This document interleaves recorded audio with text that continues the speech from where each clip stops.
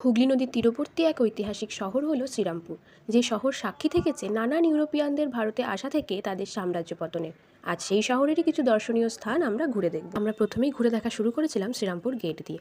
মাহেশ জগন্নাথ মন্দিরের ঠিক বাইরেই রয়েছে শ্রীরামপুর গেট। এই ঐতিহাসিক শহরের এক ঐতিহাসিক স্তম্ভ হলো এই গেট। শ্রীরামপুর গেটের ঠিক পাশেই রাখা থাকে মাহেশ জগন্নাথ মন্দিরের রথ। 50 ফুট উচ্চতা বিশিষ্ট এই নবরত্ন রথে করেই প্রত্যেকবার প্রভু জগন্নাথ দেব, বলভদ্রদেব এবং সুভদ্রা মা রথের দিন মাহেশ জগন্নাথ মন্দির থেকে যায় তাদের মাসির বাড়িতে। এরপর আমরা চলে গেছিলাম মাহেশ জগন্নাথ মন্দির দর্শন করতে। শ্রীরামপুরের মাহেশ জগন্নাথ মন্দির ভারতের দ্বিতীয় প্রাচীনতম জগন্নাথ মন্দির। জগন্নাথ দেবের স্বপ্নাদেশ পাওয়ার পর ধ্রুবানন্দ ব্রহ্মচারী নিম কাঠ দিয়ে জগন্নাথ দেব, বলরাম দেব ও সুভদ্রা মায়ের এই মূর্তি নির্মাণ করেছিলেন। এই মূর্তিগুলি প্রায় 626 থেকে 27 বছরের পুরনো। প্রথমে ধ্রুবানন্দ ব্রহ্মচারীর আশ্রম কুটিরেই প্রতিষ্ঠিত ছিল এই মূর্তিগুলি।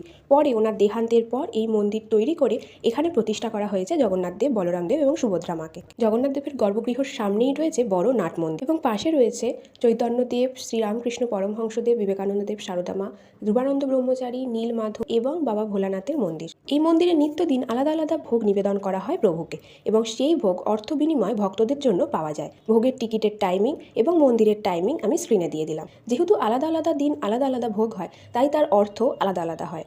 মেন মন্দির থেকে বেরিয়ে বাঁ দিকে রয়েছে দোল মঞ্চ এবং তার পেছনে রয়েছে জগন্নাথ দেবের স্নান মঞ্চ। স্নান যাত্রার দিন এখানেই প্রভুকে স্নান করানো হয়। এরপর আমরা চলে গেছিলাম জগন্নাথ দেবের মাসির বাড়ি, রাধাবল্লভ মন্দির, শ্রীরামপুর রাজবাড়ি ঘুরে দেখার জন্য। সেই সমস্ত কিছু ডিটেলসও আমি নেক্সট পার্টে বলবো। এই ভিডিওটা আজকের জন্য এই পর্যন্তই। আবার দেখা হচ্ছে নেক্সট ভিডিওতে। টাটা।